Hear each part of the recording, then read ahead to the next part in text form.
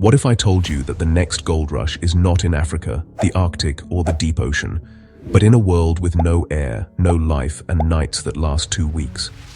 And what if one country is building a step-by-step plan to go there, dig up fuel for future fusion reactors, metals for high-tech chips, and ice that can be turned into rocket fuel? That is the story behind how China plans to mine the moon, especially helium-3, rare metals, and water ice, and how it could quietly reshape energy, technology, and the space race in the 2030s. Here is the twist. Some parts of this plan are already real, funded, and flying. Other parts are still closer to a science fiction dream. Let's separate the two. Before we zoom in on China, we need one simple question answered. Why is everyone suddenly obsessed with lunar resources? There are 3 big reasons. First is helium-3, a rare form of helium that could be a cleaner fuel for future nuclear fusion reactors, with far less radioactive waste than typical fusion fuels. The moon has been bathed in helium-3 from the solar wind for billions of years, and a lot of it is locked in the dusty surface. Second are rare metals and minerals. The moon has titanium-rich rocks, exotic minerals, and trace elements that are critical for electronics and advanced alloys. China's Chang'e 5 mission already brought back samples that revealed a new lunar mineral and helped estimate how much helium-3 might be in the soil. Third is water ice. Frozen in permanently shadowed craters near the poles, water can be split into hydrogen and oxygen for drinking, breathing, and rocket fuel. That turns the moon into a kind of gas station for deep space missions. Energy, technology, and a logistics hub for the inner solar system all depend on those 3, and China wants a front-row seat. China's moon strategy is not just random missions, it is a ladder. First came Chang'e 1 through Chang'e 4, which mapped the surface, tested landings, and even achieved the first soft landing on the far side of the moon. Then in 2020, Chang'e 5 brought back samples from the near side, giving Chinese scientists their own library of lunar rocks and detailed data on minerals and helium-3. In 2024, Chang'e 6 returned the first ever samples from the far side, from the giant South Pole Aitken Basin. Early analysis showed that region may be drier than some near-side spots, but the mission proved China can operate complex sample returns from very challenging locations. Next comes the real resource phase. Chang'e 7, planned for later this decade, will target the lunar South Pole to search directly for water ice and map safe landing zones. Chang'e 8, expected around 2028, is designed to test using local materials to build structures and support a future base. All of this feeds into the big project, the International Lunar Research Station, or ILRS, which China is developing with Russia and other partners. The goal is a robotic and later crewed base around the South Pole with a basic station operating in the mid-2030s. China also aims to land its own astronauts on the moon around 2030 and has publicly discussed building a nuclear power plant on the lunar surface to power that station. So how do helium-3, rare metals, and water ice fit into this roadmap? Let's start with the most hyped resource, helium-3. Helium-3 is a light, non-radioactive isotope of helium. In certain types of nuclear fusion reactors, it could produce huge amounts of energy with much less radioactive byproduct than other fusion fuels. On Earth, we only have a small amount of helium-3 that is practical to tap. On the moon, some studies suggest that reserves could reach at least 1 million tons spread across the surface dust. That sounds insane. If you trust some optimistic calculations, a few dozen tons of helium-3 could power a large country for a year. No coal, no oil, and far less nuclear waste. This is not just a Chinese idea. A United States company called Interloon has already signed a deal to sell future lunar helium-3 to a Finnish firm that makes ultra-cold refrigerators for quantum computers. In other words, helium-3 is slowly moving from pure theory into the early stage of commercial planning. But here is where the story flips. The moon is rich in helium-3 on paper, but mining it may be brutally hard. Helium-3 on the moon is not in big pools or thick veins.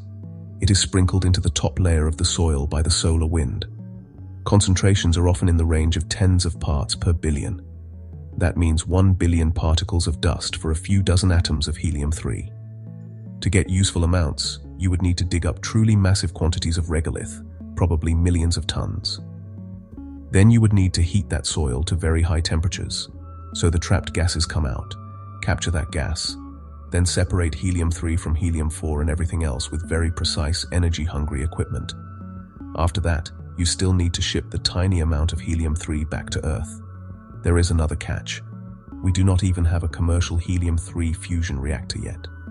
Fusion research is moving forward, but most experimental reactors use other fuels like deuterium and tritium. So China's interest in helium-3 is best seen as long-term positioning. This is not a short-term, flip the switch and power the world plan. Chinese and European scientists often stress that the technology and economics are still extremely uncertain. In the 2030s, helium-3 is more of a bonus objective. The real action is likely to come from something more basic and much colder. If you want a functional mining base on the moon, you first need people and robots that can survive there. That depends on water.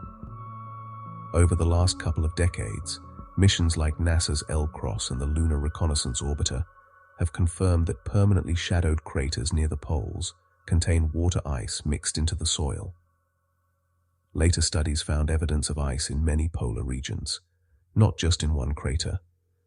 Some of these cold traps are so frigid that ice can stay frozen for hundreds of millions of years.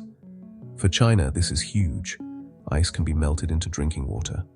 Split into oxygen and hydrogen, it can provide breathable air and rocket propellant. That turns the lunar South Pole into a refueling hub for missions deeper into space. This is why the ILRS roadmap focuses on the South Pole and why Chang'e 7 matters so much. It is designed to be a prospector. Chang'e 7 is not just one more lander. It is more like a robotic exploration team aimed at resources. Mission plans describe an orbiter to map terrain and hunt for signs of water and other gases, a lander with instruments to sample the environment, a rover to explore the surface, and possibly a small hopping probe that can jump into permanently shadowed craters to search for ice where sunlight never reaches. Scientists want ground truth. They need actual measurements of how much ice there is, how pure it is, how deep it lies, and how hard it is to reach.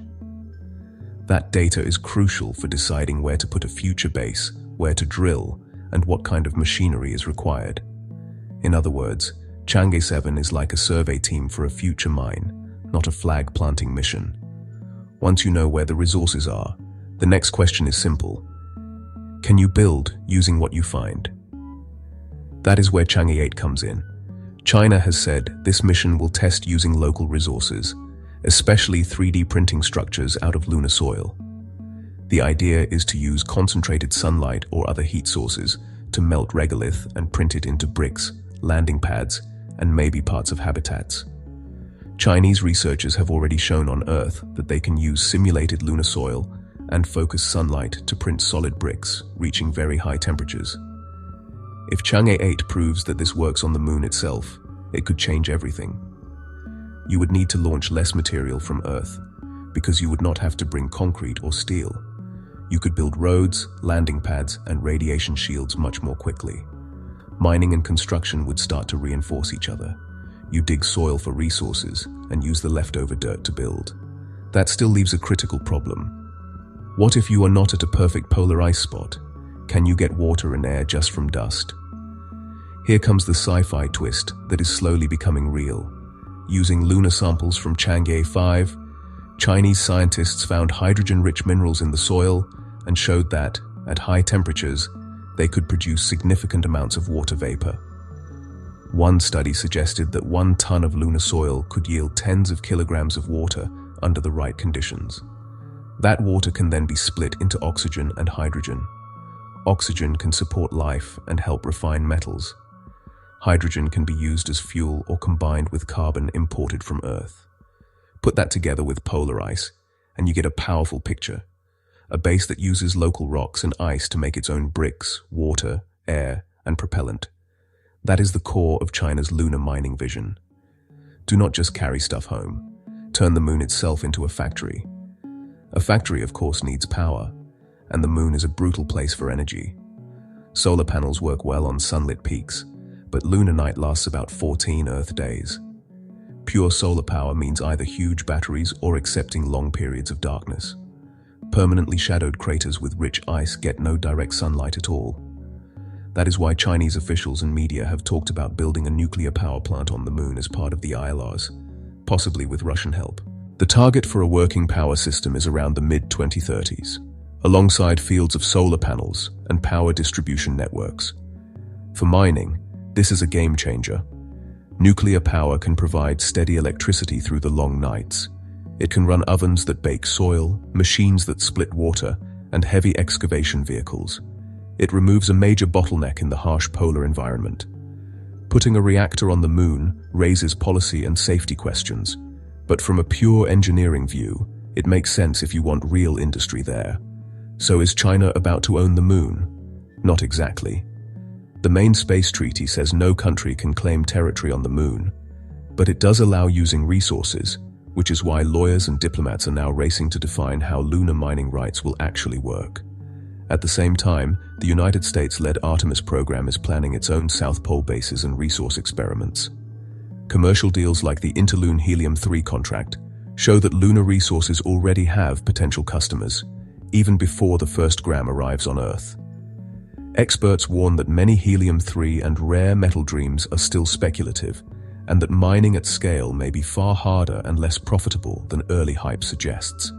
But even if helium-3 fusion never becomes practical, the technology developed for digging, processing, and building on the moon will matter for Mars missions and even asteroid mining. If you want to track this story like a space investor, watch a few key milestones. Watch whether Chang'e 7 confirms rich, accessible ice and maps promising mining zones. Watch how well Chang'e 8 can 3D print structures out of real lunar soil. Watch whether China lands astronauts by around 2030 and whether they test resource tech on site. Watch whether the basic lunar station of the ILRS really appears in the mid-2030s, with nuclear and solar power feeding long-term experiments. And watch the wider lunar economy as more countries and companies send landers to the South Pole. So how does China plan to mine the moon? Not by sending bulldozers tomorrow and hauling home mountains of treasure. Instead, by patiently building a chain. First, map and sample the moon to find where water, helium-3, and useful minerals really are. Second, test local manufacturing so you can print bricks, generate water from dust, and refine oxygen and metals. Third, build a powered base with nuclear and solar energy to run heavy equipment through the long polar nights. Fourth, scale up from science experiments to a true off-world industrial outpost. Helium-3 may stay the long-shot jackpot, the thing that headlines love but reactors cannot yet use. Water ice and regolith are the practical resources that turn the moon from a barren rock into a functioning hub. Whether that feels inspiring, worrying, or both, one thing is clear. Whoever learns to turn lunar dust and ice into power, fuel, and shelter first will not just win a space race. They will help decide how humanity uses the entire solar system.